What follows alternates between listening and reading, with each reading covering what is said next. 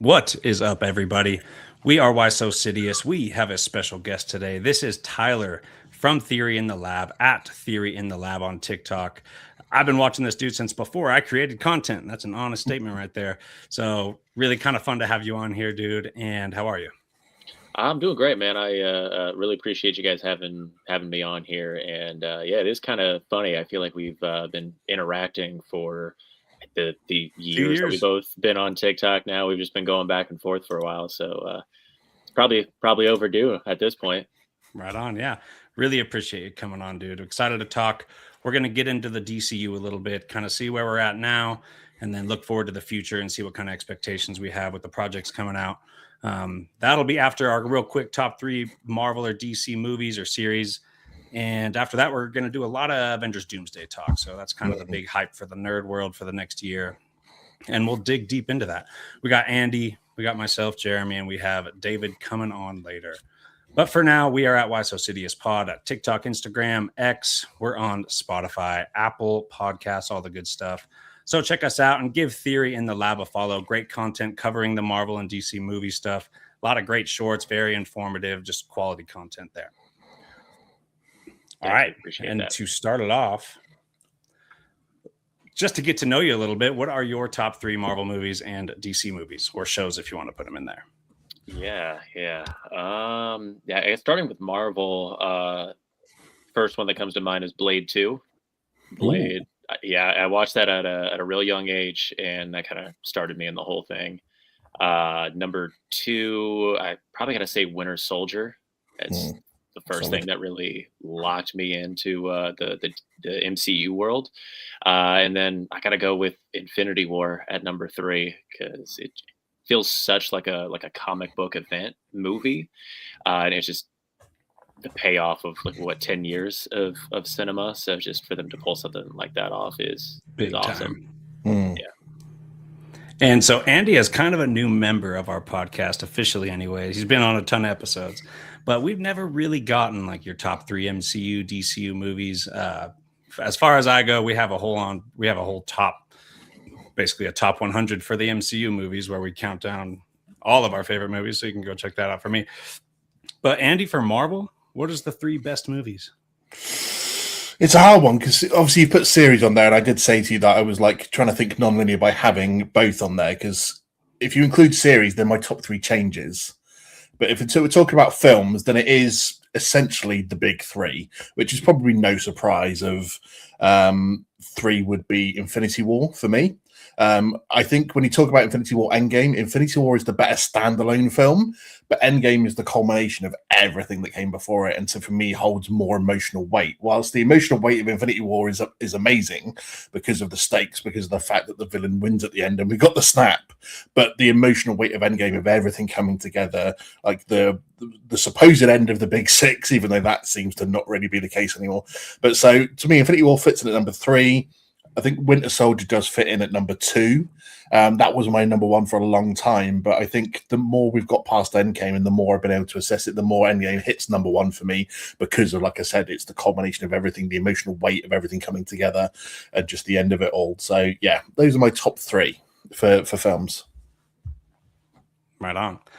Yeah, mine is such a nerdy, like, it's not the best films. It's just, you know how people complain maybe too many Easter eggs, too many connection, too many crossovers, too many.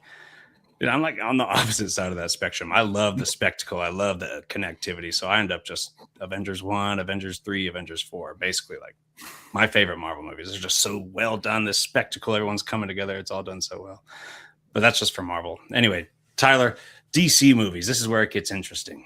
Oh yeah, it's diversifies a lot more. Uh, the first one that comes from mind is always Dark Knight, and kind of seems like the easy go to, but that was like the first movie that I watched growing up where I was like, this is a masterpiece. So that movie has just always really stuck with me, and I feel like Heath Ledger's performance alone is probably the best adaptation you can ever get for the Joker, as far as live action goes. And then might kind of feel like a cop out, but right after that, I got to kind of go the other side of the coin with the Batman. Like as good of a movie as The Dark Knight is, it's more than anything, just a great movie, but not the best Batman adaptation. While Matt Reeves is the Batman, Robert Pattinson playing Bruce Wayne, like that is an amazing Batman adaptation. And then at number 3, I gotta say Superman from '78. Like the way Christopher Reeves can Classic. embody, yeah, exactly. Like even just like that one scene specifically where you literally see him go from Clark Kent, morph into Superman, and then like shrink back down into Clark Kent. Like that is just the best physical representation of that like you can ever do. It's just so classic. Okay, so if we say Man of Steel versus James Gunn's Superman, which one do you pick? I love Henry Cavill, but I'm going James Gunn's Superman. Okay. Ooh, interesting. Yeah, I would have gone Man of Steel, to be honest. Dude, I think only just though, like only just. Yeah. I mean, like it's close. There's some great things from that movie. I'm kind of critical of like Zack Snyder in general. He's just like and like deservingly so in some cases, but he's one of the directors that just doesn't work for me. And like his writing choices sometimes, it's just you could have got more creative with that, man. And just like the meme moment of Kevin Costner just walking into the tornado. I hate it. I was gonna say like there are some dumb moments in Man of Steel, if I'm honest, and that is one of them. Like it is definitely one of them. And I'm surprised he didn't do in general. Yeah. I felt like we got the point halfway through the movie, but they kept doing flashbacks to his past. I was like, I get it. Flashback trope is just. I'm surprised he didn't turn the bit where Kevin Costner's about to be swept away by the hurricane into a slow-mo scene. Because that's just Zack Snyder all over. That would have been that would have been the Zack Snyder stamp on there right then. A surprising lack of slow-mo for sure. Yeah. for a Snyder film. Yeah. Yeah. It just digs a little deeper, I think, than the James Gunn Superman. I think overall that movie's better, but the Man of Steel, like Zod and their conflict, it just got a little deeper, a little more intense, a little more edge of your seat, which is not necessarily what people look for when they look at Superman. You know, they kind of look for the more hopeful, optimistic show like that we got from James Gunn's, and it was still good. Yeah, still good, but man, they're both really close. Yeah, that's a really good point because I feel like Man of Steel is a like much grittier, deeper dive into Superman himself, while like the James Gunn version is more of a deeper dive into like the society around him and how the kind of the world is perceiving him and how he's like balancing that out. And yeah, the overseas conflict and that long scene where Lois Lane is interviewing him, I think is a great epitome of that. Yeah. All right, Andy, super curious. What are your 3 favorites? Which, by the way, Dark Knight and the Batman were on mine as well. So I'm going to throw some spanners in the works here because I have no live action films in my top 3 DC ratings. I thought about this. So in third place for me is actually season 1 of the Flash TV show. You go back like 10, 11 years, and admittedly back then I used to smoke a lot of weed, and I used to sit and watch like Arrow, The Flash, Agents of S.H.I.E.L.D., that sort of stuff, like at 2, 3 in the morning when it had just finished airing in America. And I used to get on and I used to download it, and I used to sit there texting my friends who were doing the same, like sitting at home with a joint and just watch it. And I would season 1, I know there's a lot of like villain of the week stuff and things like that, but the storyline of like where they go with that, with the reverse Flash in there and the reveal of who he is down to the final battle in the finale episode. For me, it's one of the superhero TV. It's one of the best seasons of any of those shows, and I absolutely adore it so much. As corny as it is, it's still really somehow good. It does capture the magic of Flash. First, the reverse Flash and the mystery on who it was the whole time. It's pretty solid. Especially with JD, you know how much of a like reverse Flash fan I am as well. So this sits in there for top 3 for me. But speaking of the same characters, at number 2 for me, the animated Flashpoint movie. I think the animated Flashpoint movie almost does it better than the comic. In the way that you then get to visualize it. I know some people are like a little bit critical of like the style of the animation, like almost like your bulkier, like muscler characters in a way, but I think the way that it goes through this and the way that it tells the story is almost better than the comic. And it's definitely on a par with it, if not like just above it. So for me, that really does sit in there. And then number one for me is Batman Mask of the Phantasm. Obviously, the one that was set between sort of series 1 and 2 of the original animated series. Obviously, Mark Hamill coming in there as the Joker as well. Like the noir feel to it, the emotional weight behind Batman, who wants to have a happy life, but is like has to sort of live up to his parents wanting him to like avenge their death and stuff, and the choice that he gives up of having a happy life to become Batman, and the emotional weight that's carried through that film, just for me and the DC level, just sits it at the top. It does it much better for me than like the Christopher Nolan trilogy did, for example, on that weight of things. So straight up, those are above Dark Knight. Yeah. Oh, okay. I am not saying anyway that The Dark Knight is a bad. I know it's generally considered to be one of, if not like the best live action comic book movie of all time. But I also think because of the weight of the praise it receives, it almost makes it slightly overrated at the same point, because it's so heavily praised up there that these films actually sit higher on my personal list. I feel more connected to those films, and I sit with the emotional weight of those films better than I do like The Dark Knight and Nolan's version.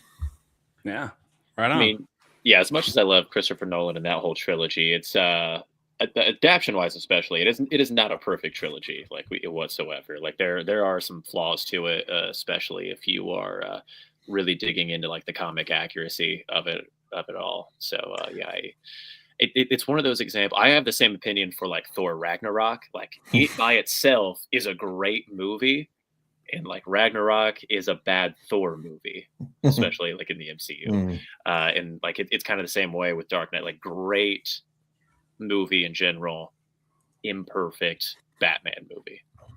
Yeah, he doesn't necessarily portray Christian Bale. I'm talking about Batman perfectly, or the portrayal in that movie isn't necessarily very comic accurate. It's, in my opinion, a little more robotic. I mean, he just aesthetically, he looks kind of bulky and plastic. Like, Batman, it's the sneaky shadows, ninja stuff. It's the detective stuff, which some of that you missed out on. And just like Christian Bale did a great Bruce Wayne, I'll give him that. But the Batman itself it wasn't ripped out of the comics for me. Whereas Ben Affleck, I think he was closer to the comic book Batman, even if his movies weren't as good. Yeah. And just a note, Christian Bale went to the same school that I did. I mean, well older than me. I wasn't there at the same time he was, or anything like that. But just out of interest, he went to the same school as me. That is cool. Right on. Dude, that's crazy. So I guess high school in the UK for Christian Bale, huh? Yeah. Is he British? He's from there. He is British, yeah. I would bring that up in every conversation. Yeah. Where do you stand on Ben Affleck versus Christian Bale as far as Batman portrayals, Tyler? I'm still going Christian Bale like all day. But I don't necessarily fully blame Ben Affleck for that. Like, I think a lot of that is the writing, and this like started being like the first really big red flag for me in Zack Snyder's writing.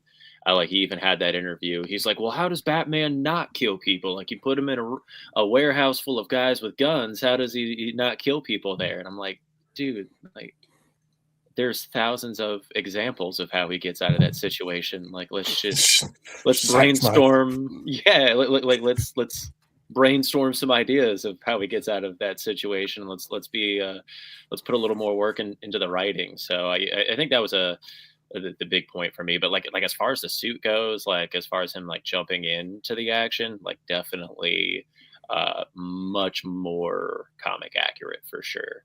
But yeah. Like, again, he doesn't really have the detective side of him, which is, I think, the huge reason I fell in love with the Batman movie, because it's like, oh my God, the world's greatest detective is finally being a detective. Right. And we haven't seen that for years. So with Reeves, like Detective Batman, I'm glad that they did it like a Detective Batman. But at the same time, if you compare like the mystery itself and the detective work it took to deduce who the murderer is, if you compare that with like a Knives Out or maybe a Seven, I feel like they could write a better, like a more cleverly genius detective Batman, because it's like he wasn't exactly deducing it. Like, he wasn't portraying a super genius that's figuring it all out. The answers kind of came to him. They're kind of convenient. Love the movie. Like I said, it's one of my top threes, but I'm still waiting for that. Like the way that the James Bond actor did that in Knives Out. Like the way he deduced everything was so clever and well written, and I really want that out of Batman, where you're just like, oh my god, that's so smart that that he figured it out. That'll portray that genius detective. Yeah, I even wonder if that's like feasible in a movie, or if it would have to be like a TV show, because like if you're focusing on the detective part of like Batman, like you can really focus on that, spend most of the time in the movie, but at the end of the day, you're still watching a Batman movie, and you want to see him hit somebody and like get into a fight. Of course. And if you're watching Knives Out, like you're not waiting for Benoit to punch somebody in the face. So Right. they do have that advantage there, at least. So that would be a really, really tough balance to pull off effectively. Yeah, that's a good point. Well, that brings you to my top three, which is not a popular opinion. So I got the Batman and the Dark Knight, but that rounds it out with the full Snyder cut of Batman vs Superman. I still love it.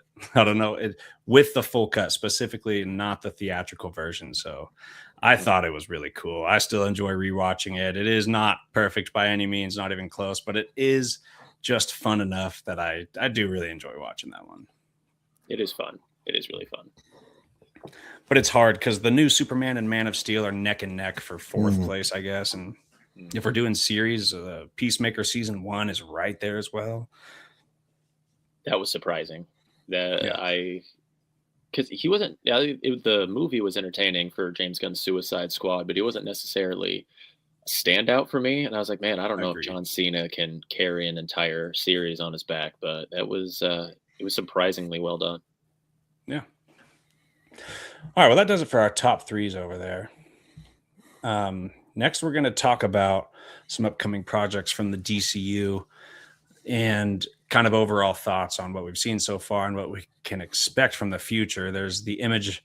We got Lantern, Supergirl, and Clayface, our most immediate releases coming out within the next year or so. After that, we got Brave and the Bold and Swamp Thing. Andy, out of these three, Lanterns, Supergirl, and Clayface, which one excites you most? I'm guessing I already know the answer. Lanterns. Yeah. Is that across the board? By quite a distance, to be fair. Okay, Tyler? It's neck and neck for the number one spot, but for number one, I got to go Clayface. Oh, nice. Okay. To get a look into the Gotham. I'm really excited for Clayface. It's such a unique way to kind of introduce the Gotham corner of this new DCU. We've seen the bright, optimistic, happy corner in Metropolis. Now we're going to get down to the gritty, dark Gotham, and we're starting with such just an obscure villain. Yeah. Not a household name whatsoever, but they got to have a reason for all that. Regardless, I think it's exciting. I think his character is really cool. You could do a lot with him. I don't know. Have you read the Clayface One Bad Day comics? I haven't read the solo Clayface comics yet, but I know he's got a very interesting history, and the writer behind the project is Mike Flanagan, who was behind Dr. Sleep, Haunting of Hill House, Midnight Mass. So with something that has like this dark, broody potential, I fully trust Mike to write a project like that, and especially since apparently James Gunn happened to read it and then loved it so much he greenlit it immediately. Mm-hmm. Yeah, as a sucker for lore and the interconnectivity, I'm really happy they're going to develop Gotham through the POV of a villain first. I like the idea of building up Batman in the background as a legend, and we'll see him eventually. But I'm down to see all of his B and C list villains, because surely we'll get a handful of C list villains, maybe a B list villain or two, maybe even a main villain. So I'm just so excited to just get a look into that corner of the DCU. Since we're talking about Clayface already, what's like the deep cut villain, like either one of you, like the C list villain from his rogues gallery that either one of you would want to see pop up there? Good question, Andy. What do you got? Oh, I'm sure we talked about this before. It's a tough one. Oh, because you obviously the main ones have been done so often. You want to go somewhere a little bit different. At the same point, I really don't know actually when it comes to that, because there's such a good rogues gallery there that you could pick from, but you don't want to go cliche. I think Two-Face would be a really good one for me to have up there. The complex character of both sides of that, especially coming into this universe where they're trying to match up so much stuff, and we don't know really what to expect from the tone of the DCU yet for that side of it. So I think that could be quite a good one to throw in there. I think I want to go with the Black Glove. Are you familiar with that one? Ooh. Yeah. Not as much as Black Mask, but Right. Black I've seen him Glove. here and So there. very kind of a very Court of Owls ish, which of course Court of Owls would be great too. But yeah, he was involved with Grant Morrison when Damian came to comics for the first time, and he was very much a systematic, destroy Batman's life kind of villain. I want to say that he tried to say he was Thomas Wayne for the longest time and stuff like that, but that'd be a cool little C-lister because there's a lot going on with the Black Glove. But it's a great question. Do you have one in mind? The immediate one for me was Rama Tut. Just like see him losing it within Arkham Asylum would be a really cool scene. I'm not actually familiar with Rama Tut as a Batman villain. Yeah, he's just this guy who I think it depends on the iteration whether he's quite literally possessed by the Egyptian Rama the Tut, but he believes it either way in either iteration, and he's just like this very fully Egyptian style villain.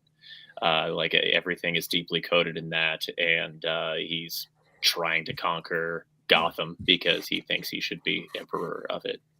Nice. Hell yeah. Who do you think will be the villain in The Brave and the Bold? I really like the Two-Face idea because we've really only gotten that live action in The Dark Knight, and it was like a very kind of straightforward, not very like bipolar kind of version of Two-Face, and I really want to see a character really leaning into that split duality. So I think he's a big enough villain that you could use him as a debut for something like Brave and the Bold. Yeah. Ra's al Ghul has always been my thought for Brave and the Bold, especially because they're doing Damian Wayne, and Ra's al Ghul also hasn't been done on the big screen very accurately. He played, Liam Neeson played him, who's a white dude, and Ra's al Ghul is Middle Eastern. And bringing Damian Wayne into the picture, you're probably going to introduce his lineage. We're probably going to get Talia and Ra's al Ghul. And if Ra's al Ghul is in the picture, he might be in the background as kind of a whatever villain, but I think he might be the main villain, and he wants Damian's body, his youth, kind of the revenge. What's it called? The resurrection of Ra's al Ghul is a little arc that I could see them going with. Andy, do you have thoughts on the villain of Brave and the Bold? You said Two-Face. Well, I think it would be a good one. I mean, I know he's been done maybe a bit recently as well, wasn't he? But I still would like to see the Riddler thrown in there. I think he's such a complex character that he makes. I know because obviously we got him recently, didn't we? In the Batman, so not necessarily they're going to go straight down the carbon copy route. But I agree with Tyler in the fact that I think Two-Face would be a good starting off point here. Yeah, right on. Supergirl trailer. How did you feel about that one, Tyler? I got really excited for it. I've been excited for. I haven't read nearly as many of her comic books, so it's not like I'm highly familiar with it. But ever since that they announced Millie Alcock was playing her, I loved her as an actress. I was sold on her ever since House of Dragon.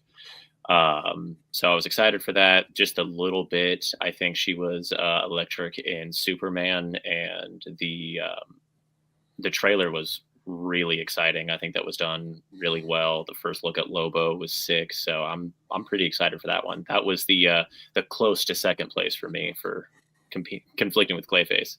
Yeah.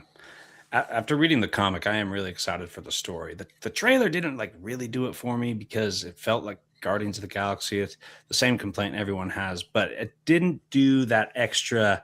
I'm basically left off where I was. I'm still excited for the movie, but the trailer felt so Guardians of the Galaxy, whereas the comic has a kind of a darker backdrop, kind of a more somber tone, and you meet a lot of species that don't feel like they are ripped from Guardians of the Galaxy. But I also love Guardians of the Galaxy too, and if Supergirl is put in the middle of that then I'm probably gonna really like it.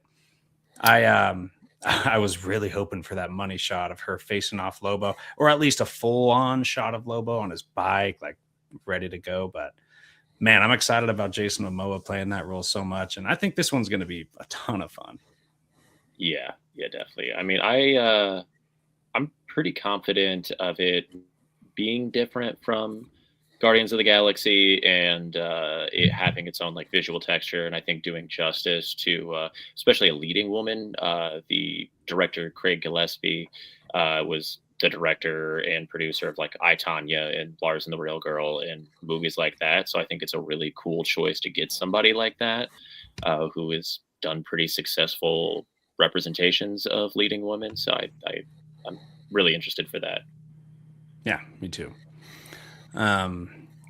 Lanterns. So James Gunn said that the big DCU threat will kind of bleed into lanterns, and I'm super interested to see what your thoughts on, what the big bad of the DCU will end up being, who's going to be facing off against the Justice League in their first movie, and how could that be introduced in Lanterns?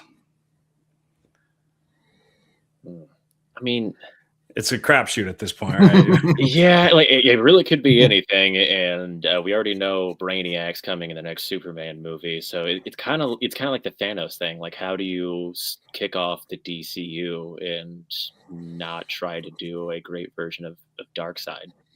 Mm-hmm. See, Parallax was, since it's in a Lantern show, I think Parallax or the Sinestro Corps, or even the Black Lanterns, if the first Justice League movie is going to be Blackest Night, which would be crazy. It's not the route I think they would go with. But you got to wonder, with Kyle Chandler, he's really old too. And I feel like he certainly didn't sign a 10-year contract. Kind of think he might end up doing Parallax. Maybe he's part of the big bad process. But I do imagine they will either find a ring color or... like, I feel like it's just going to be a certain ring, whether it's yellow or black, because it's in the Lantern show, but we'll see. I don't know how galactic we're going. I don't think Darkseid's going to be the villain, so I don't think we're going to go into space and go see Apocalypse and all them. So I'm really starting to think, yeah, maybe the Rings of Fear will be basically the villain, however that comes, whether that's Parallax or Sinestro Corps.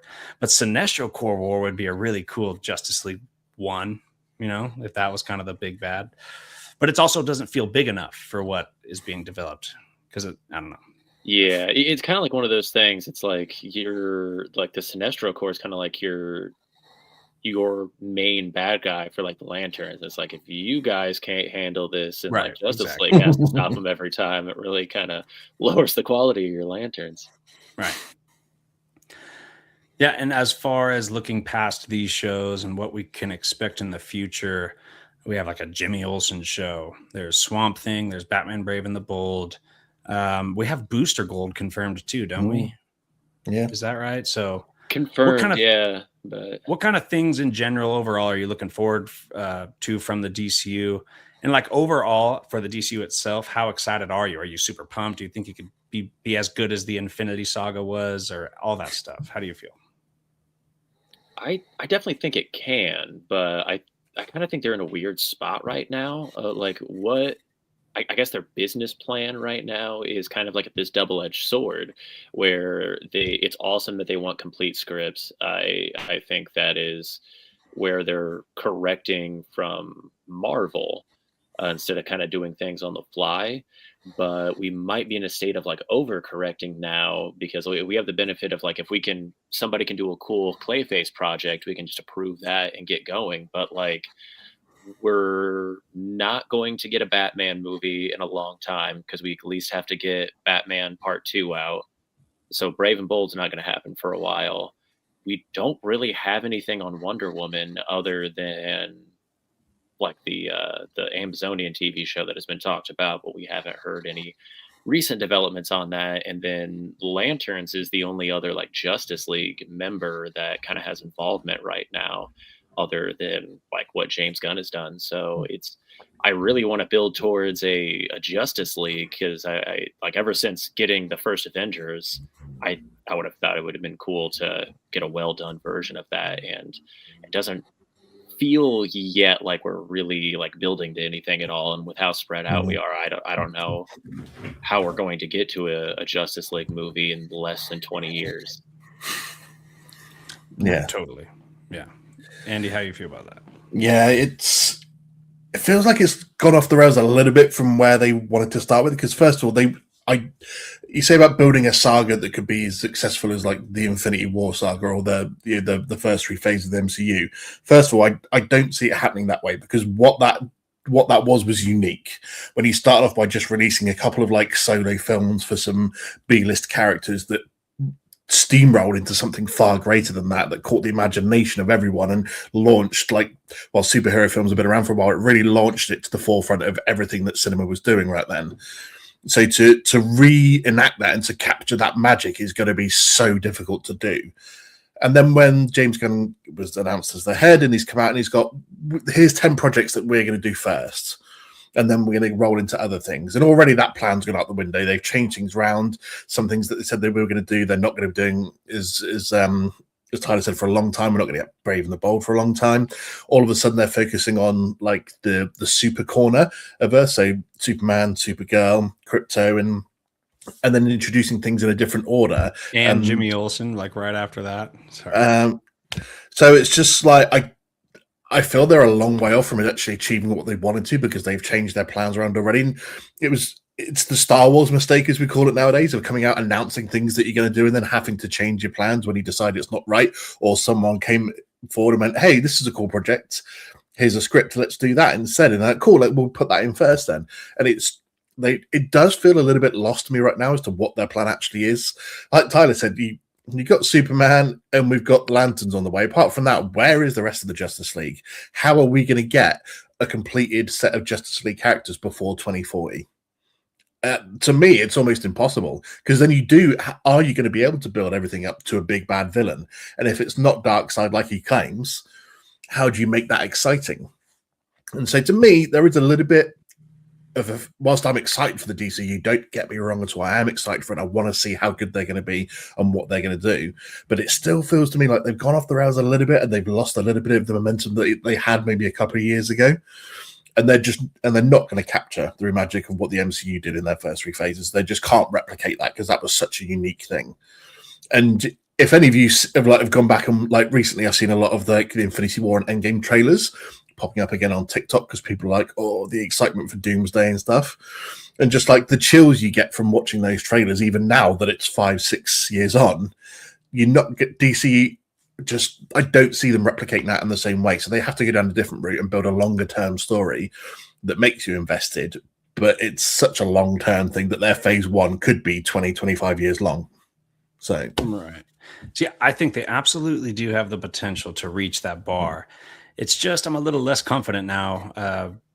When the DCU started, they announced all this stuff. I was that confident. I was like, they could do this, because they do have the characters, they have the stories, they absolutely have the potential to do what Marvel did. But Superman comes out, and that's great. But then it's like Supergirl. I'm excited about it, but it's like just Superman, Supergirl, Crypto, and then Jimmy Olsen. It's like, no one wants a Jimmy Olsen show, dude. No one wants that. Like we have a lot of corners to build in the DCU. And we see the S on the chest. That corner is going to be built up from Earth to the galaxy after Supergirl. And then all of a sudden it's like a random Clayface show, which again, I'm excited about, but it wasn't part of the plan. Where's the Flash? Where's Aquaman? Where's Wonder Woman? Where's Cyborg? Where's Martian Manhunter?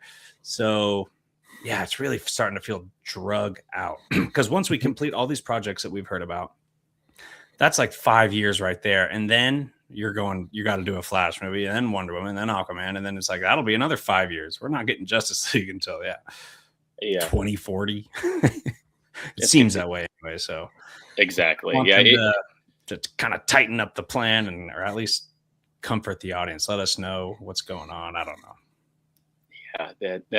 Yeah, I think that's the exact point. And I love James Gunn, and I love the projects he's working on, but I feel like it needs pointed out, like the projects that have come out and the ones that have been made are like all his corner. Like that super corner is even more just the James Gunn corner. Yeah. Like we got Creature Commandos, which was a cool animated show, but those characters led directly into his movie and TV show. And Superman was the first movie to come out.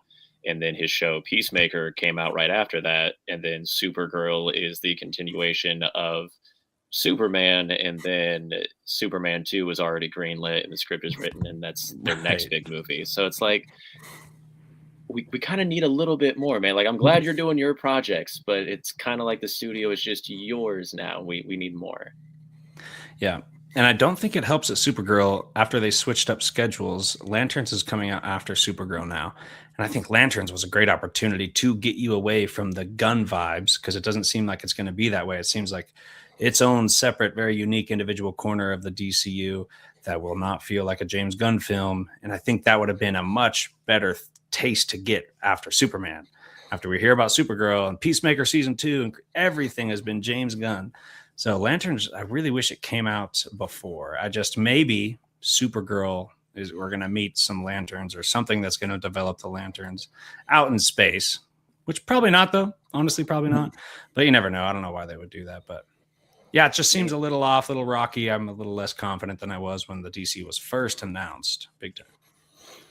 Yeah, what I wanted was like this nice middle ground between like the spectrum of DC and MCU. It's like I completely 100% agree and respect that you need a complete script before going and shooting the movie. But I mean, like, you guys can get like a roadmap of like, we want these characters. So then let's hire the writers to get the script written, and then we can get that made instead of just seeing whatever script comes our way. Let's just get that made. Yeah. But even then, go ahead, bud. I was going to say, but even then, they're still kind of wanting to copy the print of the MCU, and the fact that they want to get their original characters out there and develop the story, and then they want to have the first Justice League film that isn't the overall big bad of the DCU, but is a big bad in the same way that, you know, MCU released all their characters, and then they had an Avengers film with Loki, and then you had Age of Ultron, and then you built up to Thanos. And they're still going to do that, aren't they? They're still going to have Justice League films where you're having big bad show up, but still you're going to build up to the overall big bad of Darkseid at some point.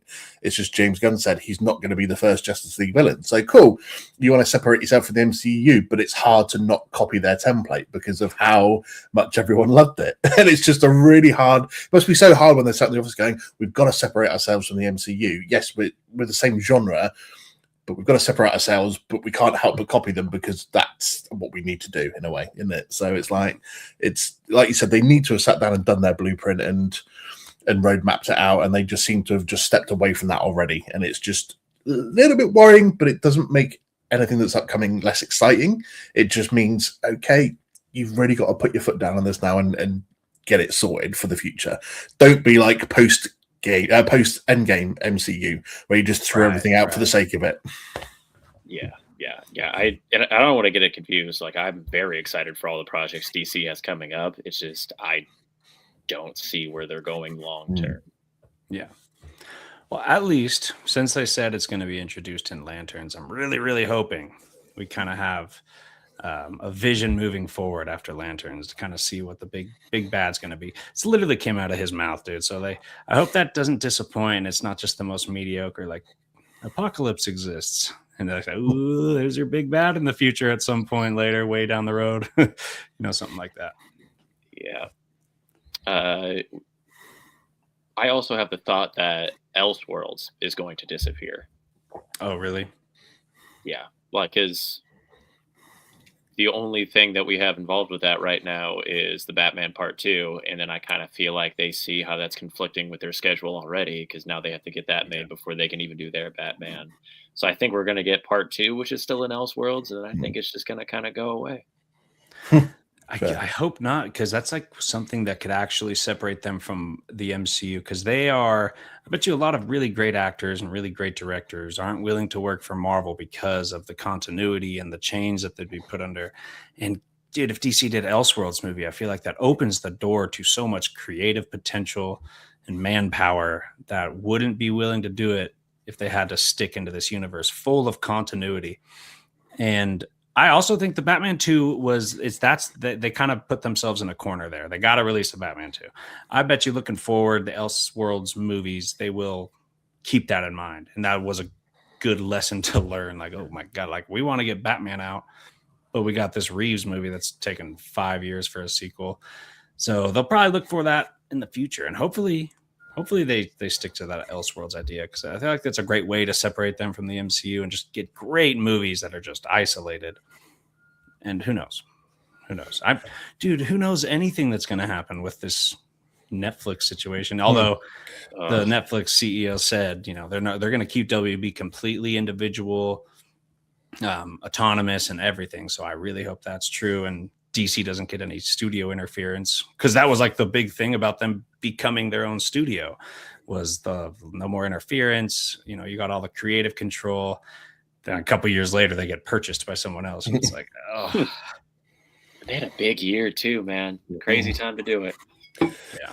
I mean, I was going to ask you, Tyler, about that, and the fact that I've covered it recently on our social media about with Netflix potentially, obviously, getting, if they ratify the purchase of WB, and the potential return of the Snyderverse, whether that's to Netflix or they talked about it returning and finishing it off in comic book form.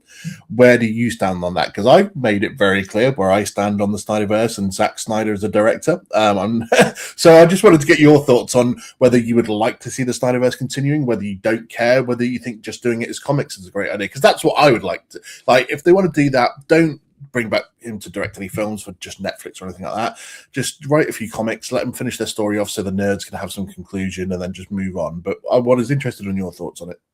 Yeah. I mean, I think that's the perfect way to do it. I don't think it's going to be happening whatsoever, because it seems like Netflix is already ending their partnership with Zack Snyder and have canceled everything else that they had planned with him. So I really don't think. You mean the best movies of the century in Rebel Moon?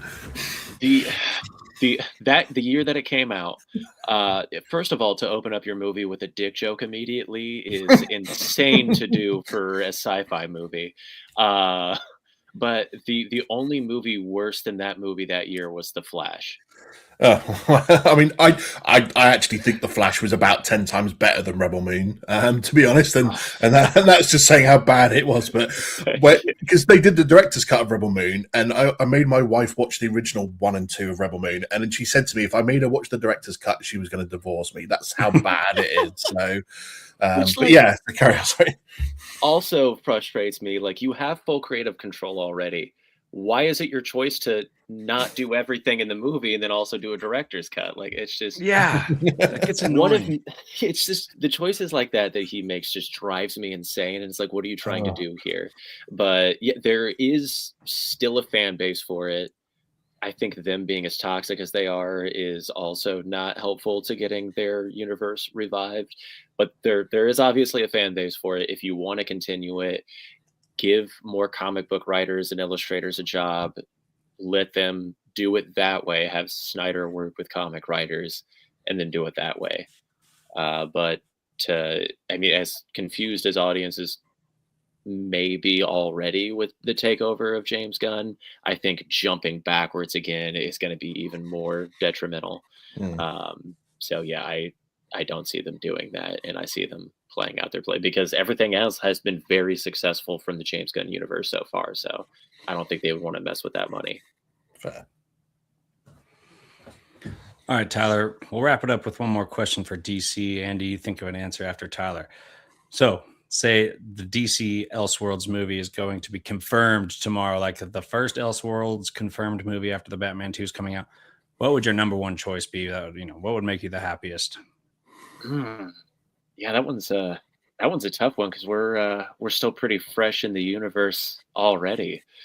Because the number one movie I want to see in general from that universe is a Martian Manhunter movie. Like, we haven't got great representation of him yet, and I think he's such an interesting character.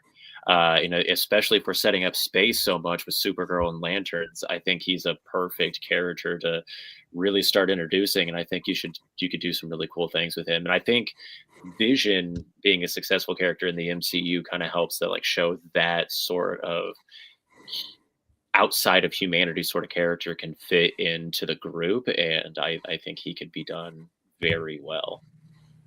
Yeah. See, that's one of the things that they only have one opportunity to do in the DCU is these first interactions with characters, like the first time maybe Supergirl meets Martian Manhunter in this movie, like, and that's special. Or when Batman and Superman meet for the first time, like that should be a special, like a really special scene. And that's kind of the stuff I'm really looking forward to moving forward. And before we watched Superman, we kind of all thought maybe the Justice League already exists, maybe they're already a team and we're just going to their corner of the universe for their movie. But sure enough, the Justice League don't exist. So I think we could still get a lot of that phase one MCU magic in the DCU. And I'm really looking forward to that. So if we're talking about Martian Manhunter popping up in a project, dude, and if you're trying to be as exciting as the MCU and you're trying to build your universe, throw Martian Manhunter into Lanterns and Supergirl. I give it a good 5 to 10% chance that that's a possibility, actually. Yeah, I mean, yeah, we're in space, so like literally anything can happen. And like we've been talking about the comparisons of like the DCU formula copying the MCU formula to be successful, but like the major difference that they've set up already where they can stray away from that formula and make it their own is that they're already in the middle of the universe. Superman set that up, that Superman's been active for a few years himself. There's already other heroes out there. So like we don't have to do the MCU mistake of everybody needs an origin story now. Like we can jump in and just meet these heroes as heroes and just keep it rolling. And like we have a lot more potential to do cool things instead of origin after origin after origin. Mm-hmm. But do you think that in a way also plays against them, because James Gunn said that this could be not like the MCU but more like Star Wars, where the timeline isn't linear. You can jump around. So Brave and the Bold could be set 5 years before Superman, and or it could be set 15 years after, and so nothing's set in a linear timeline, which kind of throws it into chaos of how do you build up again to the MCU formula of getting everyone together for then their first big bad movie of Justice League if everything's not in timeline order. Or it doesn't necessarily have to be in timeline order to get to that point, but after that point everything has to sort of work in a fairly similar time frame. So do you think that works for them? They want to do it that way, or do you think it works against them that they can just throw everything anywhere and just say, well, this is this part of it, but it's 10 years before or 10 years after? I think it's possible, but there's a really careful balance that you have to strike with it, because I like the intro of Superman's a good example, because it's like, oh, like 300 years ago we had this introduced, and 30 years ago like we had this, and then 3 years ago there was this, but like there's not like definite dates to any of it. So like if we are like, we kind of have to use these like major event points to balance the entire timeline, and that can start kind of getting cloudy and hazy and a little confusing, because at least with the Star Wars timeline, like you have the original trilogy, the prequel trilogy, or like the sequel trilogy, and you're kind of in the confines of that, so you can jump around pretty well.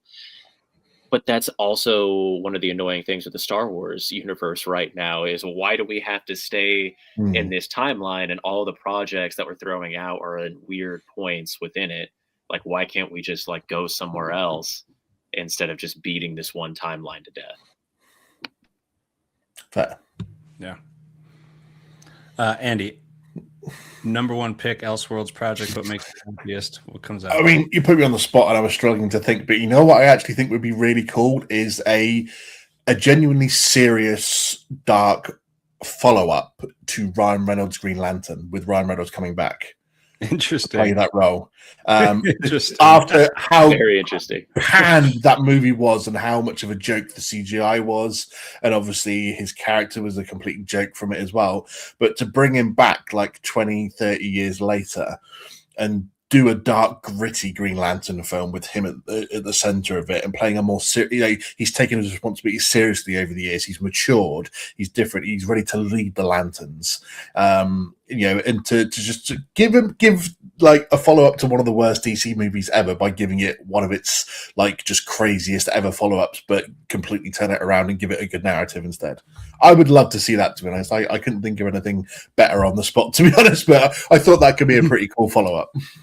Nice, dude. I mean, I watched that when I was a kid, and I loved it as a kid. So, like, I don't hate it as much as everyone else does. I'm not saying it's a good movie. I'm not saying I throw it on all the time and watch it. But if I threw it on for my kids, it was a couple months ago, and I was like, I don't hate this, okay? Everyone shut up in my head right now telling me this movie sucks. No. It's all right. What do you think about the costumes on the lanterns? Do you think it's going to look like that, or do you think it's going to look way different? Because coming out of a lot of talk about some footage that was shown somewhere around the planet, the costumes were brought up a lot. Like they're very strange and different. And do you like the Hal Jordan, the Ryan Reynolds Green Lantern? At least the costumes themselves. You guys like those? Because I actually really loved the costumes. Is that just me as a kid again? Probably. I think the look of them is fine, but the fact that they were just so CGI'd it just made them look just terrible. Yeah. Like the weird like energy pulsing in and out of the stuff. I thought it was pretty cool, but I'm really curious to see what they look like in the DCU. I think it was a cool idea to like introduce like real quick, and like especially as a kid, just like, oh, that looks insane, and like you can like see his superpower literally. But like I don't know if it's like I get older, if I read more comic books, but I really love like practical stuff in movies, especially. So if we can get just a really cool like practical costume is kind of what I'm going for. Yeah. And I'll add one more topic on the DCU I really want to get your thoughts on, and that is the Robins of Batman's lore.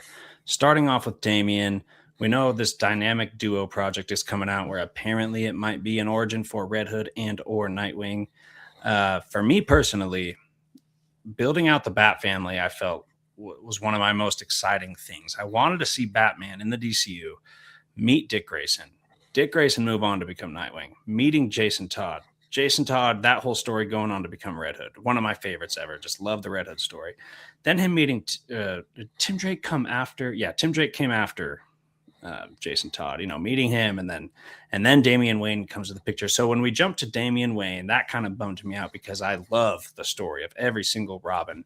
And how do you feel about that? So do you think they're already going to exist in this Brave and the Bold world, or do you think, and dynamic duo, as it's supposed to be in origin, it's supposed to also be like animated and puppetry, which I have no idea what that means. I have no idea what to expect from that, but it sounds different. And I wanted to see all that live action. So how do you feel about the DCU's future with the Robins and their characters that they evolve into?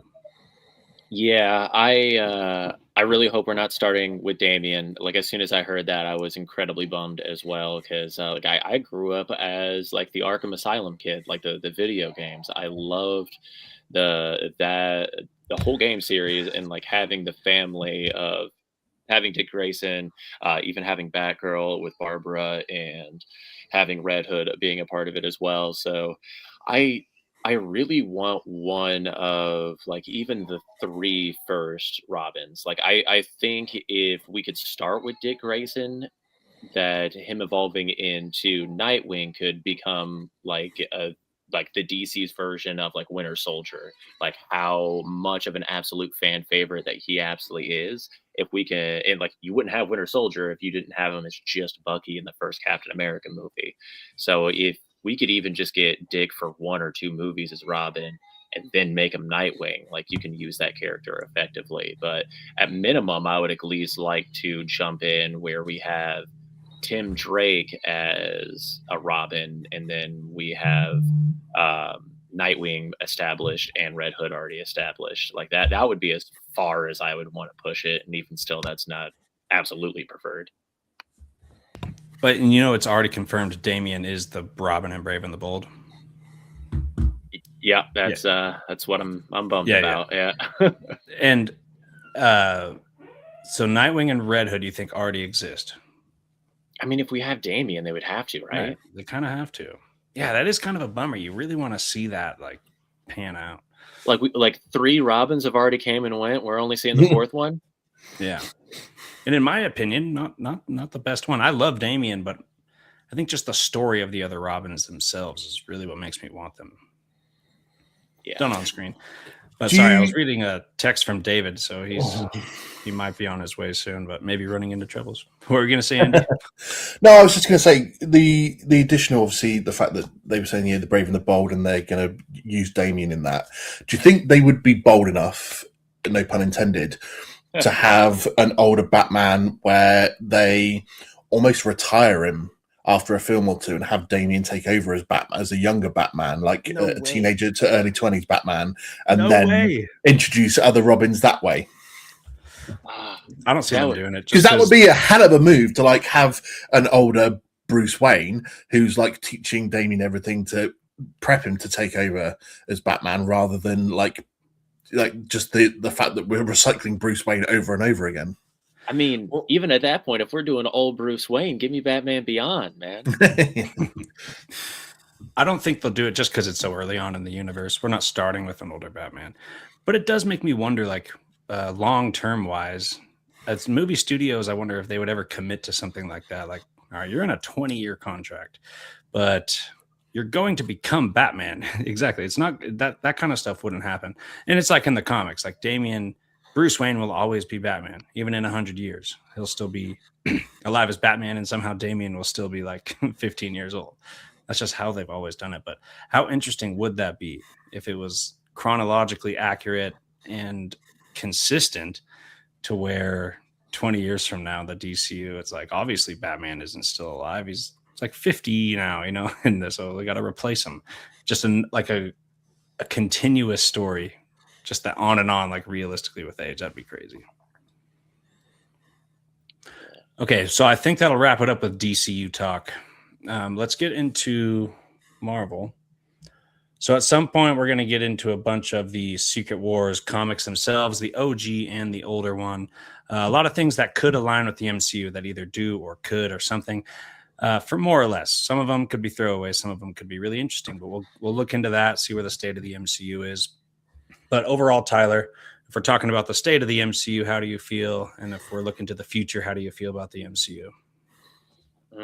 We're in trouble at the moment, and that's especially speaking as I've made countless videos on MCU, and I've always been more of a Marvel guy than a DC guy, and I've been defending it to my last breath ever since Endgame, it seems like. And it's even at the point where it's like, all right, man, you're losing me now, and this is a bummer. But I really feel like they are just trying to get to Secret Wars like as quick as possible, so they can have that reset, and then so they can kind of do things more effectively like they want to now, and have that restart with access to X-Men and Fantastic Four and being able to reintroduce their Avengers and everything. But I feel like we're having a lot of stumbles on the way trying to get there, man. Yeah, nothing but mediocrity ever since Endgame, with a couple bangers. That's about it, right? Some exceptions, and like some of that is like Disney's fault, and like studio CEO like oversight and like forced projects and things like that. And I like accept that, and like some of it's COVID, and then some of it is like writer and actor strikes and things like that. But it gets to the point, it's like, where do we stop making excuses for them? And like you started getting it together, and then now we're backsliding so hardcore with bringing the big three back. It's like now you're degrading the value that Endgame had. Like when we started off the pod, like the emotional payoffs that they had in Endgame, and now you're throwing them away. Yeah. Do you see a correlation with Bob Chapek as CEO and then Bob Iger coming back? Because I mean, with the whole Infinity Saga was Bob Iger as CEO, and the era of mediocrity, I felt like was directly correlated to when Bob Chapek took over Disney. Now that switch has gone on about a year ago, right? Iger's been back as CEO for about a year or two. In my opinion, Thunderbolts and Fantastic Four were good movies. I think you didn't like Fantastic Four much. Is that correct? Okay. Fair enough. Yeah, I was pretty disappointed with that one. For sure. Now, is it like in the same ballpark as your Thor, Love and Thunder, the Marvels and stuff like that? So I actually really like the Marvels. I think that got overhated for sure. Okay. Love and Thunder and Quantumania were for sure slop, unfortunately. So Fantastic Four is ahead of those.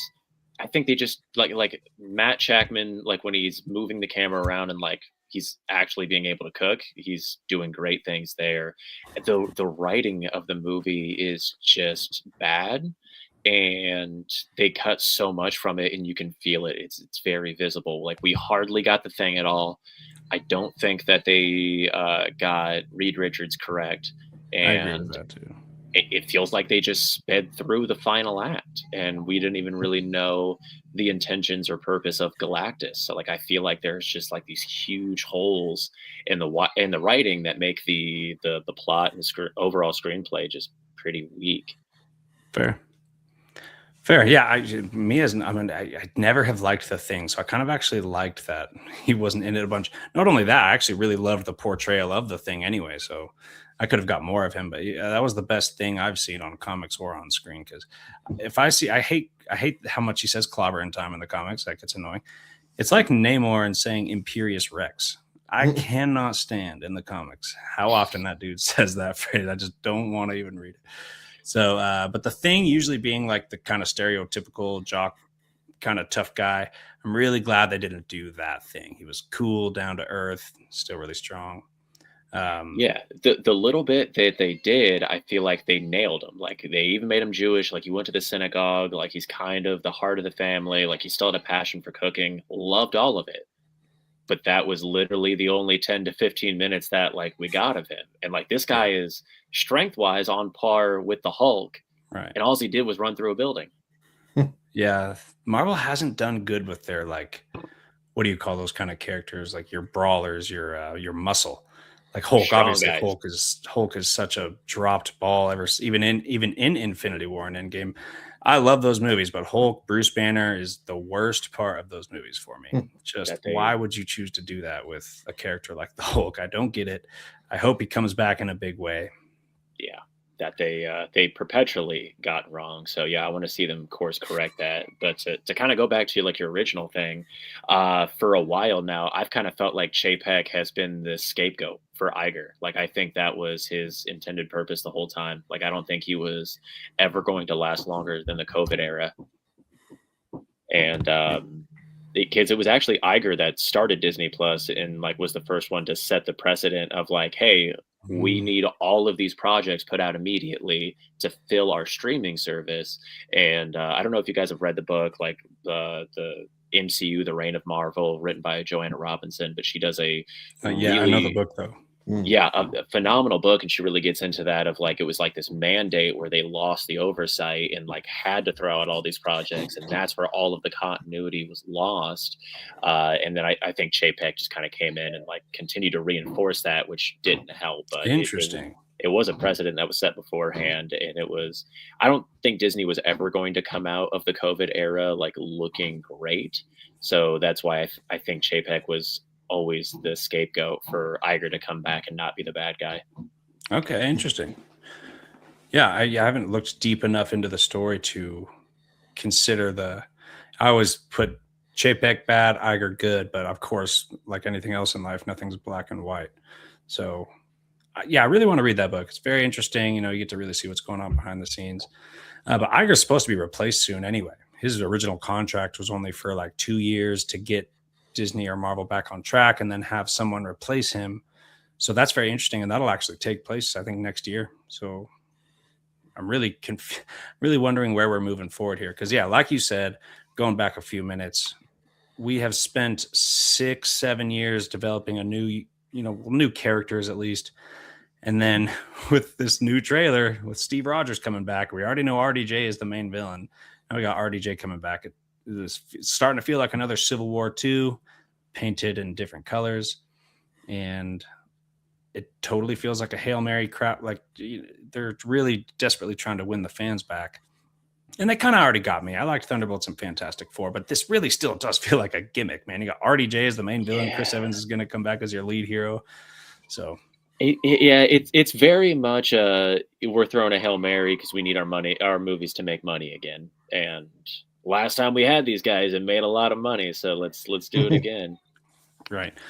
Well, Andy, do you see a world where they bring these characters back, but they have a really good story to tell? They have a reason why Dr. Doom looks like RDJ, a good reason for Chris Evans to come back. That I could deal with because of his dealings with the Infinity Stones and traveling through time. That could cause incursions and problems, and I actually see that fitting into the story. But is there a world where they make a great Avengers movie with the same leads as different characters? I mean, yeah, the bringing back of RDJ to me was always a money grab. because they were like, we need to get something successful going back into the Avengers films because we haven't done one in so long. And so to me, it was all about the fact that we bring back RDJ in a different form, then it's going to be successful because he just brings in that crowd and everyone's going to be drawn to him because of obviously having played Iron Man for so long. Then you can understand why you could play him into that story because of the emotional, again, adding to emotional weight of the loss of Tony Stark in Endgame, but the fact that he's coming back and all these characters are going to recognize him as Tony Stark when it's not Tony Stark. So you can play into the emotional side of everyone. So when he sees like Peter Parker and all this sorts of stuff and Thor, and so there's definitely emotional weight behind bringing RDJ back to play a different character. I still think it's a money grab, but I think I can still understand the emotional weight of that. As for the Steve Rogers thing, yeah, I'm not best pleased about this, to be honest. Having just caught the leaked or the Avatar trailer that's been out the last few days and seeing that it's obviously there were always rumors that Chris Evans was coming back to play some kind of Captain America or Captain Hydra even, and I could have dealt with it if it was Captain Hydra or a variant from another universe. But if you're bringing us back, like that trailer indicates that it's our Steve Rogers, that at the end of Endgame went back to 1945 and was with Peggy. He's got a kid now. And so it is our original Steve Rogers that is going to be in this film. And to me, that's a bit of a piss take because you are just, again, I mean, Tyler's already said it, you're playing on the emotions of what we were connected to for the big three. And it just seems like a desperation move to bring everyone back. I was already starting to get hyped up as it was because that feeling of like Infinity War or Endgame was starting to rise back on me because the trailers were coming back out there again. They're building up to Doomsday, even though it's still a year away. You didn't need the big three back in this to hype it for me. I mean, we're entering a new era with different Avengers and Doctor Doom. It was going to be hyped enough. But to then, if you're bringing back the big three, even if it's not the exact same way, because it's RDJ's a different sort of version, but to bring Steve Rogers back to me it's so endangering his legacy as Captain America and the story that's been told already. And I'm not sure he makes it out of this alive now as well, which would even more ruin the legacy of what we got from at the end of Endgame. And that actually does worry me a little bit. Yeah, you know, they always make fun of Marvel for their fake deaths. And now they've literally transcended and evolved to like how many times have we said goodbye to Wolverine, to Hugh Jackman's Wolverine? The last 3 movies he was in was a nice send-off to Hugh Jackman's Wolverine. Thanks for coming. It's his last time. The last 3 movies were like that. You know, Chris Evans, perfect send-off. Good to go. You know, let the character be. Bring him on back. It's just like, not only are they doing fake narrative deaths, they're faking out like actors being done with their careers, like they keep coming back. Now, with that said, though, I'll do a little devil's advocacy because I love Chris Evans as Captain America and I love RDJ on screen, and so I'm still pumped to see them. I'm really excited to see how that works out because there's no way they do it fully gimmicky. Like, I don't know how this is gonna work. Chris Evans, RDJ, Doctor Doom, like they have to have some kind of plan. They mentioned that Tony Stark's death in Endgame might have something to do with Doctor Doom. So I'm thinking maybe dream walking or something. Doctor Doom dream walks into Tony's body and gets the trust of other characters that are familiar with Tony Stark. And I think that he will embody the infamous Iron Man. I think that, have you read that one, Tyler? Yeah, I really love the it's a really cool comic run. So like I would have like much rather like preferred that. That's always been like the thing that's upset me the most with RDJ being announced as Doctor Doom. Like I feel like if you wanted to bring him back, like there are like villainous Iron Man runs and you could have done a spin on that. Like bring him back like as Iron Man, but like make him a bad guy. And then it would have also been cool to have like Doctor Doom be Iron Man as well. But like I think for the introduction of Doom, it just doesn't work. But I do really love that comic book. Yeah. So I feel like what are the chances he's from the 838, the team of Illuminati from Doctor Strange Multiverse of Madness? There was an absence of Iron Man, yet there was a presence of Iron Man, Doombots walking around. And he wasn't there for that scene, but is there any potential he is from that universe? You know, after thinking about it, there's no way he's from that universe because that's a different Reed Richards. I feel like our Doctor Doom is going to be close to our Reed Richards from that. Yeah, especially with the post-credit scene that we got there, which was also a pain point because like the biggest thing of Doctor Doom is that he never takes his mask off, and literally the first time we see him, his mask is off already. Even though we don't see his face, his mask is off already. Yeah. Do you think that has something to do with looking like Tony Stark? Yeah, Why show this all-powerful kid your face? Like, just like make me look like this guy. I don't know. Like, what? Something has to be going on there that's not just, hey, I'm Doctor Doom. Nice to meet you. Yeah, which like would have been cool to see their history in the movie, or just at any point before we have this big Doomsday thing. But I think it's very much going to be the thing of like Franklin is like fixing his face, which is why his face is out. Yeah. I still don't buy into the theory that RDJ's version of Doctor Doom is the true Victor Von Doom for like the main 616 or MCU sacred timeline. This has to be a version of Tony Stark gone rogue, as we know, as you already mentioned. Yeah, infamous Iron Man happens in the comics. So I believe this was just a setup that Marvel have done to obviously draw us back in and have a big event of obviously having to change their plans from Kang Dynasty to Doomsday.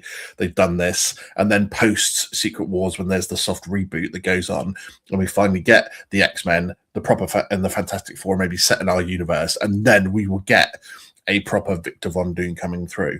I just don't believe for a minute, no matter how many times they're going to say it, I don't believe that this is the true Victor Von Doom that we're all expecting for the long term, because Victor Von Doom will go beyond Secret Wars in terms of getting that character later on as well. So this is just the rewrite that they had to do following the scrapping of Kang Dynasty. And like I said, it does add emotional weight having RDJ playing the character, because like we know the face and everything. But yeah, I can't believe for a minute this is going to be the long-term Victor Von Doom that we get in the sacred timeline, so to speak, post Secret Wars as well.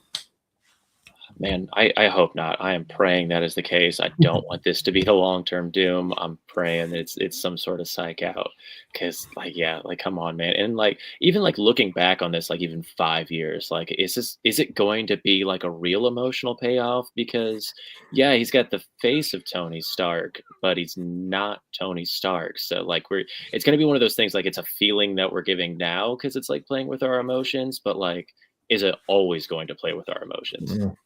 Well, this is where I buy into JD's theory that when he shows up and he is a former Tony Stark that has turned into Doctor Doom, and he plays on everyone's emotions of the fact that he's trying to convince everyone that Loki isn't the bad guy, and so he builds a team to go after Loki, and they all trust him because he's Tony Stark, or he looks like Tony Stark. So that to me is something that has to play into it, which is why they keep mentioning that Tony Stark's death is going to play a big part in his story, because everyone's going to believe he is a Tony Stark or a variant of Tony Stark, and he's going to play on that a lot. And then at the end, he's going to go boom, uses everyone's powers to take out Loki, gets the power himself, and causes Battle World and Secret Wars. I've always bought into JD's theory once he brought that up, that's the way it's going to go down.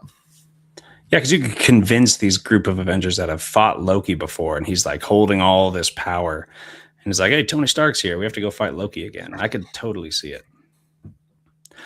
All right, so we could dive into more theories as we move on. But what we're going to do now is go through the Secret Wars and the OG Secret Wars, original Secret Wars, and the modern Hickman Secret Wars, going through a few moments that could align with the MCU. And Andy, Tyler, if some of these are throwaway, just say throwaway, nothing to see here, you know. But some of these might have something. It's kind of different from what we've done before, but maybe kind of fun. Starting off with the original Battle World instance, when everyone gets shipped off to Battle World, Susan is left behind with her baby. She's pregnant there. That aligns a little bit with the MCU there. And then Wanda and Vision are also left behind. Like all the characters are going. Very few are left behind, but Sue Storm, Vision, Wanda. That made me think of the WandaVision series coming, or whatever it's called, Vision Quest series coming out.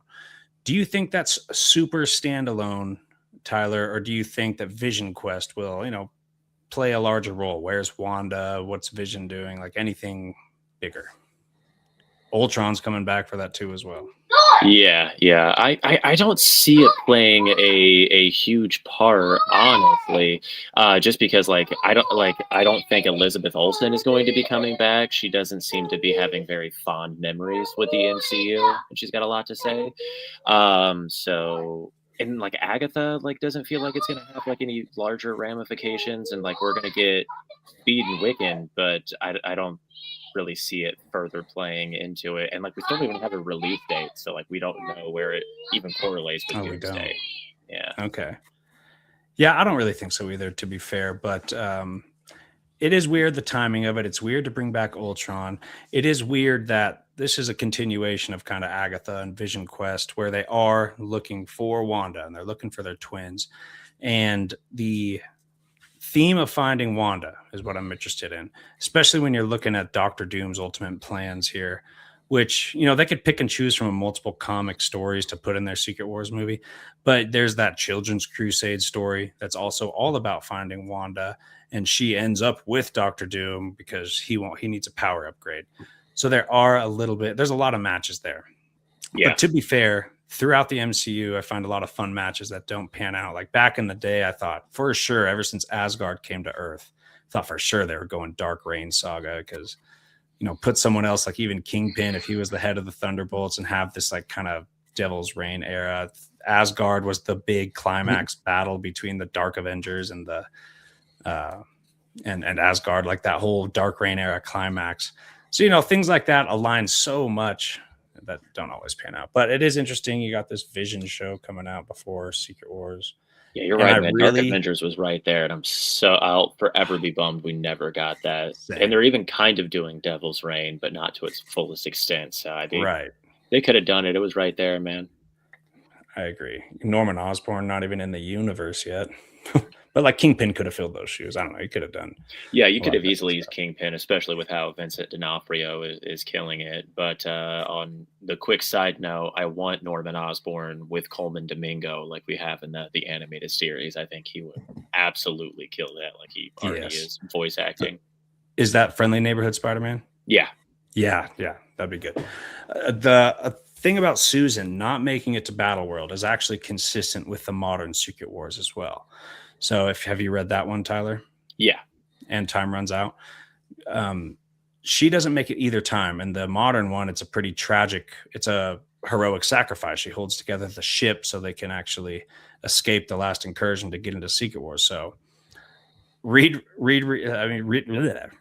is always making it to Battleworld without his wife. And, you know, in Secret Wars, it's like she is Doom's wife and Franklin and Valeria are his kids. So this scene is the last incursion before Emperor God Doom becomes a thing and Battleworld becomes a thing. Do you think Doomsday will end like that?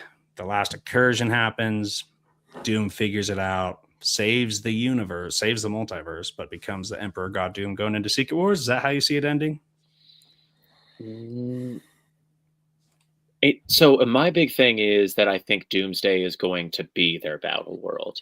I mean, they could flip it around and like still have it in like this before we kind of get like God Emperor Doom, but it kind of feels like since with Doom being such a focus on this, and if they do the fake out, like Doom's going to be kind of at the height of his power here, and then it's like the incursions that they really have to worry about through like Secret Wars. And they could stray away from that pretty big time, but I think more of the focus on this one is going to be like I think it's going to be their Avengers versus X-Men. I think they're going to be working a big part of that into it. So instead of like heroes and villains fighting, I think it's going to be more Avengers versus X-Men style there. But if they do this, which I think is a good option, I don't think they'll do it with Invisible Woman. I don't think they'll do it with Storm because she was probably the most prominent character from the movie. Like they're putting a lot on her, so I don't think that they would do that. All right, Andy, what's more likely, the incursion ends Doomsday or a scene with Doom having to get Loki's powers and our heroes are in between Doom and Loki to prevent him getting, you know, Doom's trying to get Loki. The Avengers are going to stop Doom. Do you think that's more likely than an incursion? Yeah, because it's so easy to think that they could go the same like Infinity War game route where you have Doom winning and in creating Battle World at the end of the film, and then starting off Secret Wars where Battle World's already there, and it just shows people living their lives at the start of it before things kick off. But they've got so much ground to cover in Doomsday. It's hard to know where they end the film because they've got to set up Doom as a baddie because we've had no setup of him at all so far in the MCU. So you've got to spend part of that film setting him up. We know that there's going to be incursions and there's going to be X-Men and Avengers kicking off. We now know that Steve Rogers is back, so rumor that obviously there's going to be a chunk of the film dedicated to Steve versus Doctor Doom. There's also the fact that you've got including that what's going on with the Thunderbolts and the Fantastic Four as well, because they're going to be in this movie. And they've got so many grounds to cover that it's just, do you then section that in half where you have literally like Avengers versus X-Men and then everyone else is like going with Doom up against Loki? I like the idea that he goes up against Loki at the end of it. Like I said, I'm sticking with your theory on this one, JD, that he creates his team. He maybe sets the X-Men and Avengers off against each other, does something to make them think that each other's causing the incursions, and they go up and have fights against each other. And whilst he's doing that, he's taken a team that he's put together and goes up against Loki, and then somehow beats Loki at the end and just tricks everyone and ends the universe and the multiverse and causes a battle world. So that's that's what I reckon. It's a little bit of everything in a way. Yeah, man. We'll see. Another quick one. Iron Man was not in either Secret Wars. Rhodey is the Iron Man we're looking at here in the OG Secret Wars, but that was Rhodey, and that was not Iron Man. So that's interesting that he wasn't in either major Marvel event. Like, of course, the events leading up to them, but that's crazy, and that's consistent, right? We're not supposed to have an Iron Man in this one. So at one point, Doom and Galactus go meet the Beyonder and just get washed. So Doom starts making his own plans. Do we see Galactus being involved at all since he was introduced so early? And he was heavily involved in Secret Wars. I don't see it either. It's just you never know. No. Bringing a character like Galactus, always a little chance they'll use him. And what else we got? Ultron. So Ultron being introduced. In Secret Wars, the Beyonder wants the villains and the heroes to fight each other. And Doom's like, hell no. He's going to go do his own thing. Very Dr. Doom. One of the things he does, though, is reprograms Ultron.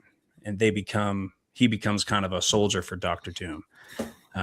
That is something that would be really cool, dude. If Ultron being brought back in Vision Quest will actually be used as Doom bots or something like that for Dr. Doom.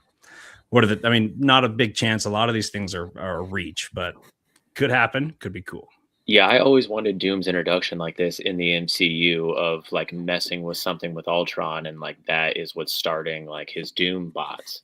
And I think this whole thing would have been perfect to like actually do in this Doomsday thing of to like make the battle world actually heroes versus villains instead of kind of like the Civil War thing over again on a larger scale. Because one of the biggest complaints with the MCU the entire time is that they kill off their villains immediately at the end of every movie and they never have a long-term thing. So if we could have like actually done this thing where it is heroes versus villains, and we could bring back Ultron and Thanos and like Killmonger and like some of the best ones and like have them face off like team versus team that way, I think that would have been like hugely successful and like more of a proper way to look back through the MCU than bringing Steve and Iron Man back. Yeah, it's still a bummer. You had Shang-Chi, Shuri. I even really like Shuri, Doctor Strange still. Andy, if Ultron came back for a minor role in Doomsday, would that make you happy? Yeah, I think so. I think Age of Ultron is a massively underrated film, and I would love to see Ultron back, to be fair. I'm looking forward to seeing what role he's got to play in Vision Quest, and I don't think that's going to be the end of him there. So yeah, I expect to see him in Doomsday or Secret Wars, one of the two. Maybe he like takes the place of like the Thor place in Secret Wars.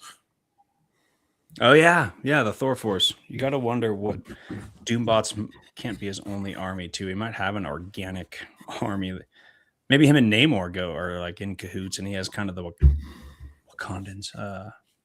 Talocanians on his side too. Who knows? Another scene. from the OG Secret Wars, Spider-Man versus the X-Men. He washes the X-Men, and it's pretty cool. It's really fun to see that. And he gets away with the information on Doom or something like that. And I forgot the significance of this. This is the significance of it. Right after that, I just had to throw Spider-Man whooping the X-Men's butts in there. That was pretty cool. I would love to see Spider-Man doing that kind of stuff in there. But Magneto is supposed to have a big role potentially. Like, there's a lot of chatter about that with, sorry, what's his name? Gandalf. Ian McKellen coming back.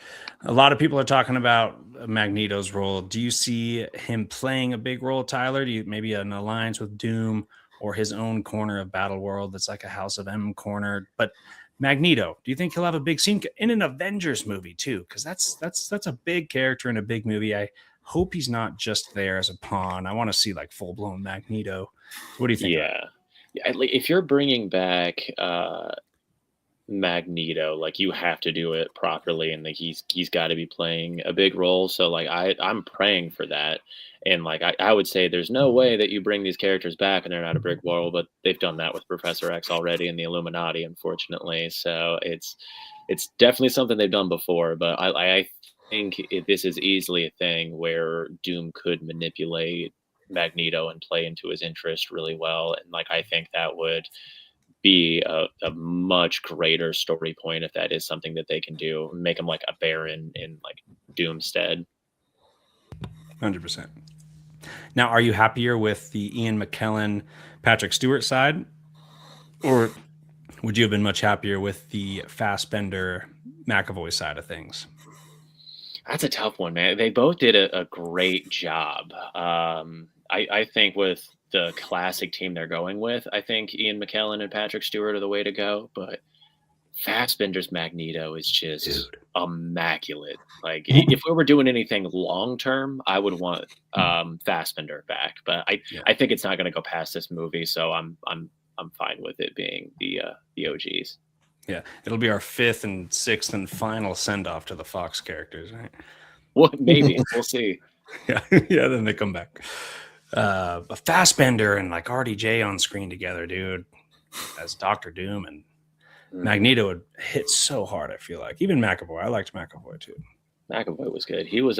I think he was a much more comic accurate version of Professor X, because Professor X is much more problematic than how kind of the white Jesus that Patrick Stewart played. Yeah. Quick Easter egg scene. Do you think we'll have this iconic moment? Oh, I didn't get the Hulk picture. Well, Molecule Man rips a mountain off the ground and throws it on the Avengers, and Hulk has that iconic moment holding up the whole mountain. That's just one of those Easter egg scenes I could really see in there, so I had to throw it in there. But they could, because they kind of had a scene like that in Endgame, like when right after Hulk snaps, like he kind of is saving Rhodey and Ant-Man. So they could kind of do like a dual thing of like that scene and homage to Endgame if they did want to do something like that. Yeah, I could see that Easter egg, and I do think they're going to do something way better with the Hulk here. They know what's going on. Everyone's pissed about the Hulk. The Russo brothers know, because they were the ones that did it 9 years ago or something. Also in Secret Wars, we have Spider-Man getting the black symbiote attached to him. He kind of tries to figure it out a little bit with Reed Richards and them in the labs. But this is something I always really wished as an impatient fan that they did during Infinity War, since he was already in space. And since I've been expecting the symbiote to come into the MCU at some point. But man, I really wanted him on Titan during that movie to get just a 10-second scene of a symbiote attaching and then leaving or something, and bring in the birth of Venom eventually. But now that we're actually in Secret Wars, we're in the comics that happened. Is there any chance, even a slight chance, Andy, that we'll see a Venom symbiote pop in and we might get our first MCU symbiote in Doomsday or Secret Wars? 5%? Yeah, I mean, there's every chance, because whether it's one of those post-credit scenes that they just want us to forget about or not, but obviously at the end of No Way Home, when the Sonyverse Venom is over here with Tom Hardy, and he obviously leaves a little bit of symbiote behind on the bar, doesn't he? And then before he gets vanished back to his own universe. So there's every chance, or ever so small chance, that they could do it like that. I still think they'll probably wait to post Secret Wars before they bring in the symbiotes and Venom properly, depending on what Sony say. But there's ever such a small chance that symbiote was somehow that little bit of the symbiote that was left behind at the end of No Way Home turns into this universe's Venom. It'd be a pretty crap way to do it, but there's still a 3% chance maybe. Yeah, I don't see it happening. I just really want it to eventually, man. And I mean, I really want Venom in the MCU in general. But Tyler, even Spider-Man, is Spider-Man going to be in there at least? Because I don't think Spider-Man's going to make it till Secret Wars. I'm really excited for Brand New Day, but yeah, I don't think he's going to be a Doomsday. But I think he's for sure going to be there for Secret Wars. And it's like, how do you do Secret Wars and not do this scene? Yeah, and I there's better chance now that Sony has taken all of their pieces off the table, because I think it was like 100% of like, no, you only get Tom Holland. We're keeping everything else, even though you guys set up the movie that way. But if you already have him on contract to be in an Avengers movie, and you already have him there, and it's a multiversal thing anyways, like, you could at least sneak like a quick shot of even like a variant Spider-Man doing this. I mean, it's I think we have better chances in Secret Wars to at least get some sort of glimpse related to this.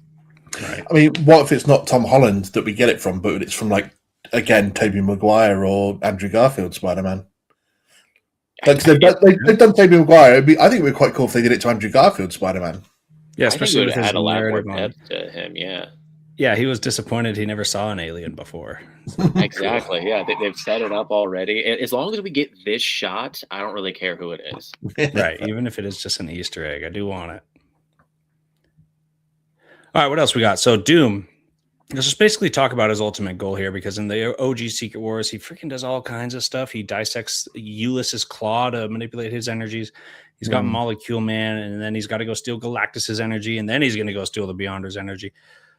So what are his stepping stones going to be, Tyler, to become Emperor God Doom in the MCU? I'm thinking Sentry. I still think Wanda's going to make a return. Maybe it is Galactus in the Power Cosmic, or Franklin Richards, or Loki, the God of Time, right? So stepping stones to becoming Emperor God Doom. What do you think? There's a couple different routes that they can go. And they kind of had the thread set up. So one of it is, especially since them completely abandoning the Kang storyline, but we did see that there was a gigantic council of them, at least, that depending on how they want to tap into that, he could come in and wipe out the Kangs and take their resources or power or anything like that. You do have the hunt for Wanda kind of thing, but I think there's a lower likelihood on that, just because it doesn't seem like Elizabeth Olsen wants to come back whatsoever. You do have Galactus set up, and you've kind of proven that he is kind of easily defeated. So Doom could easily kind of go steal his power now, or even do something with the Silver Surfer. But we've even had him interacting with Franklin. So he could be using Franklin, and that's why they kind of had that scene set up to eventually get to a point where I for sure think they're going to use Loki as the Beyonder in this. I don't think they're going to do a literal Beyonder. I think they're going to use Loki for that place. So I more likely see him using Franklin in order to get to Loki and try to get that power. Very fair. Andy, what were your thoughts on that?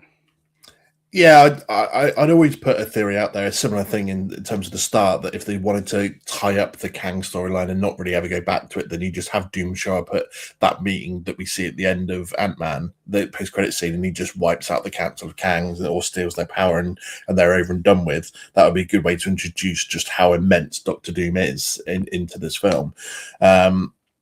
I do see Wanda returning, but only for Secret Wars. I know she's not keen on it, but I don't think you'd leave Wanda's storyline as it is. I think they convince her to come back and do one more thing just to tie it up. So I can see her playing maybe that Sue Storm role of his wife or something, but in Secret Wars instead, rather than Doomsday. But in order to get to that, you could have him wipe out the Kangs. I don't think they will. I just think he's been going around the multiverse, like taking people's powers, and the ultimate goal was to get to our universe and then convince everyone to go with him, and he sort of like temporarily uses everyone's power to take Loki's power. I don't like that ending for Loki, I have to say, because the way that they did the Loki TV series, Loki is in my, if we were talking about TV series, is in my top 3 MCU projects. And I don't want that ending for Loki, but I get the feeling that Loki is not going to get his happy ending here, and that to make that step up, he's going to basically wipe out Loki and steal his power, and then be the one that basically gets to manipulate the multiverse. Interestingly enough, that Ultron photo, I meant to mention also that King was a player in the Secret Wars comics, and he kind of led the group of villains against the group of heroes who were all kind of playing into the Beyonders schemes.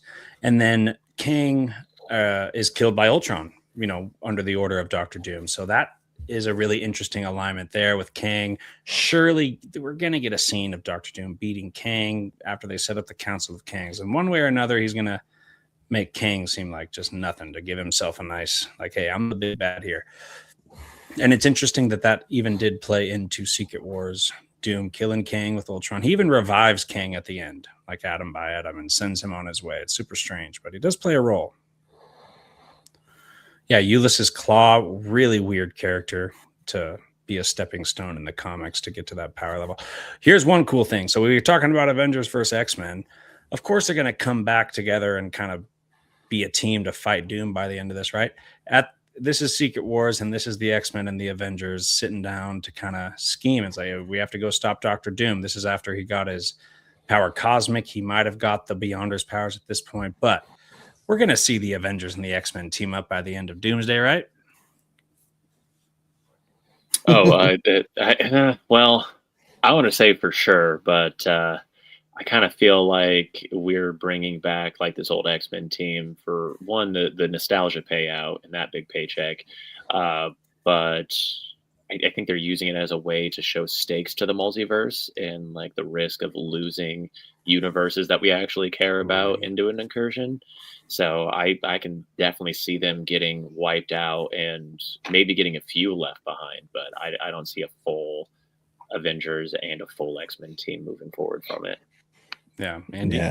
Yeah, I kind of have to agree. I'm expecting quite a few of that X-Men team to die in Doomsday. I'm expecting Magneto and Professor X to be ended in this film, along with a good chunk of the X-Men. So maybe a couple that are left at the end to join the Avengers and realize that they weren't the threat, but by then it's too late and most of them are gone. Yeah. As an Easter egg, I could see this scene as they're sitting here discussing. Dr. Doom just blows up the whole room. Super powerful Dr. Doom now. And then we got Captain America kind of facing off against Dr. Doom at the end of this. Obviously, that seems like that could align closely with the MCU, especially after the Steve Rogers thing. But Captain America versus RDJ is probably what it's gonna come down to, right? We're gonna get a nice 1v1 brawl, I could see. This image has to do with Dr. Doom's origin. We don't actually have to get into that, but at the end of Secret Wars, after everything was all solved, he told Captain America, he's like, all right, well, now I'm going to go find my mom. I'm going to go figure her. She's in hell right now. Mephisto has her. And a few years later is when Triumph and Torment came out. And that is a buddy cop mission to hell with Doctor Strange and Dr. Doom going to infiltrate Mephisto's realm and save Dr. Doom's mother. And that is something I think we'll definitely get in Doomsday. Obviously, we're going to get Dr. Doom origin stuff in Doomsday, whatever that is. But that's one of his main things as Dr. Doom, is his origin story, his mom, saving his mom from hell. So one of Marvel's best storylines. It's such a fun little comic, yeah. Has so much to do with each of their characters, and Dr. Doom's like figuring out that he needs to blend magic and tech. Like that's all Triumph and Torment right there. This is interesting. His throne in the modern Secret Wars is a tree. So we're talking about him grabbing the time. Loki's holding the tree together. Well, when he becomes Emperor God Doom in the modern Secret Wars, his throne is an actual tree. So that could align with that tree of time and Loki and becoming Emperor God Doom, right? New throne. Right? Just speculation. This is the Cabal from the modern Secret Wars. So do you think Thanos will play any role at all, Andy, in this? Like maybe a thorn in Doom's side? Maybe they would need the Infinity Gauntlet to solve the incursions. Is there going to be like a weird Cabal group of villains that are a thorn in the heroes' sides and Dr. Doom's sides? What do you think? Yeah, I mean, we've talked about it a few times, to be fair, but I absolutely believe we're going to get that shot from the comics where Doom rips out Thanos' spine or rips out his skeleton from his flesh just to show his power. I absolutely believe, because I know that like so many people are coy on whether saying they're going to make secret cameos in Doomsday or Secret Wars and stuff, but I know Josh Brolin kind of slipped up and he said that he recorded some lines, and we would have to wait and see if it was for that or not. So I absolutely expect to see Thanos pop up here and to have Doom just straight up murder him. Spine rip. Are we gonna get the spine rip? That's the one scene. Can they do it while keeping it PG-13 is the question, though. Right. Well, if there's no blood, you could do if it's just his skin deteriorating away, like the way Black Adam did that in his movie. He grabbed someone and he's like melted down to bone. That's a good point. It would establish him as a very high threat. I mean, our whole last saga was about how powerful Thanos was, and if you just murder him while he's got the Infinity Gauntlet, it's kind of shows your strength. All right. Sheriff Strange. He's the right-hand dude of Doctor Doom in the Secret Wars comics. Doctor Strange in the MCU is going on a mission to do incursions. While he is Sheriff Strange in Battleworld, he creates a secret corner, a little hidden Isle of Agamotto, where he kept this ship and these heroes that kind of retained their memories and transitioned from the 616 to Battleworld. So what heroes do you think that I feel like that's going to happen? Like the world is going to switch over. Some people are going to remember. Some people are not going to remember. And I think a couple things come out of this. One, I think Doctor Strange will be that similar character with Doctor Doom in Secret Wars, at least. And two, I think he will have a secret little hidden spot that will kind of allow the heroes to win by the end of it. Does all that stuff sound like it can match? Yeah, I mean, ever since Multiverse of Madness, where he saw the Illuminati for himself, I always thought like the next time that we see him, he's going to kind of carry that idea over and kind of form his own little Illuminati. So I could see him kind of doing something like that. Yeah. Andy, what about the characters that remember? That's got to be like Shang-Chi, Shuri, Doctor Strange, hopefully Spider-Man. It could be Thor. You got Star-Lord in this picture even, but kind of what you want is kind of your main protagonists to kind of have that role in Secret Wars, right? So you're going to want your headliners on there. Whoever that is. It seems like it's going to be more likely the strongest newer members of like the Avengers lineup or what we've had since Endgame, isn't it? Rather than anyone older like Hulk or Star-Lord or anything like that.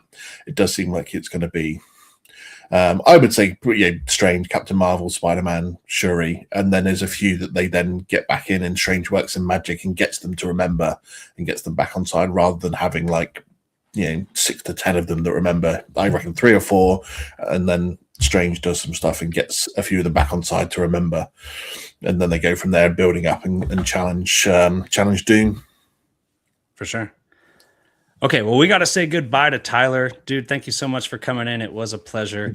And hopefully we'll have you on again, dude, and stay in contact. But I appreciate you showing up. Of course, man. Thanks for having me, guys. This was a joy and a pleasure. So, anytime you want me back, I'm down.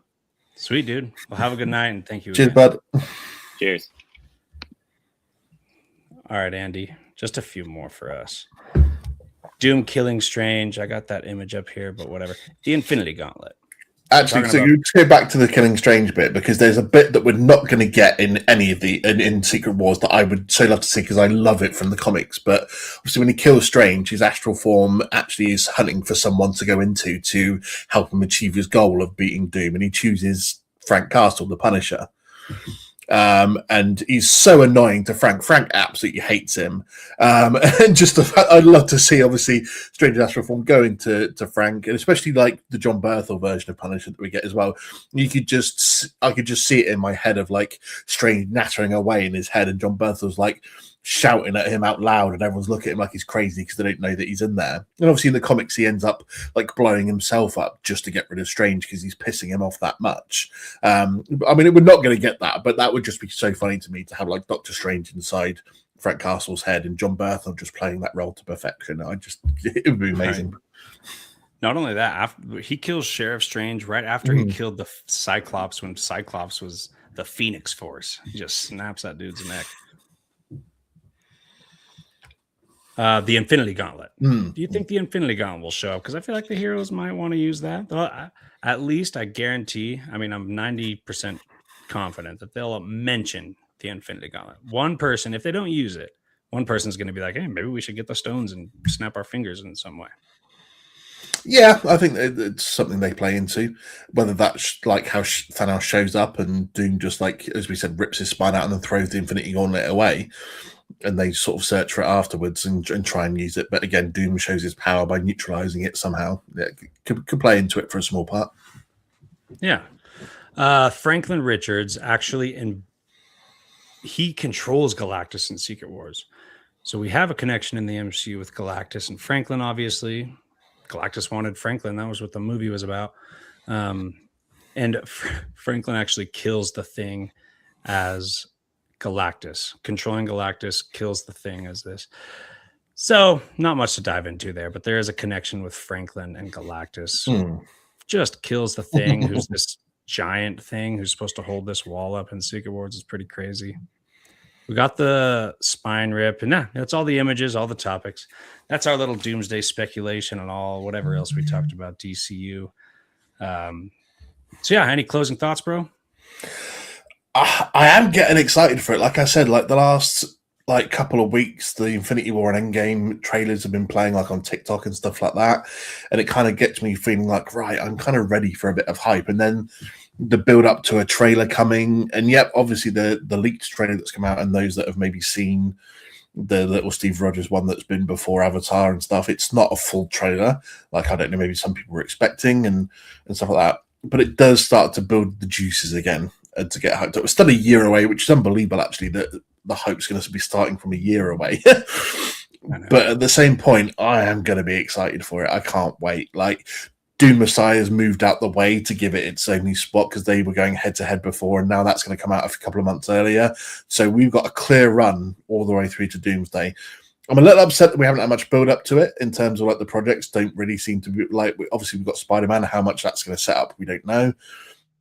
I think it's going to set up a lot, but at the same point, yeah, I think once this trailer, the full proper trailer drops online, not in like the 3 or 4 we're getting before Avatar, but once a proper trailer drops, I think the next year is going to be nothing but hype. For sure. I'm still excited too, because it's the Russo brothers. Very gimmicky, sure. Marvel doesn't really deserve our full trust like before, sure. But it's the Russo brothers. They're 4 for 4 in Marvel. Big time. Like, they have just some of the best. What is it? 3? Winter Soldier, Infinity Game, and Endgame. It's just those 3. Oh, and Civil War. I was to say Civil War, yeah. Yeah, 4 for 4. So I think there's no reason they can't give us a solid Avengers movie. And I'm looking forward to it. Yeah. DCU 2, all of it. It looks great. We have a bright future ahead of us as nerds, and we will cover it. Next year is a fucking awesome year for films and stuff. So insane. So we'll definitely be there to discuss all of it. Thank you for joining us. Andy, thank you for joining us. And we'll see you next time on Why So Sidious, a Nerd.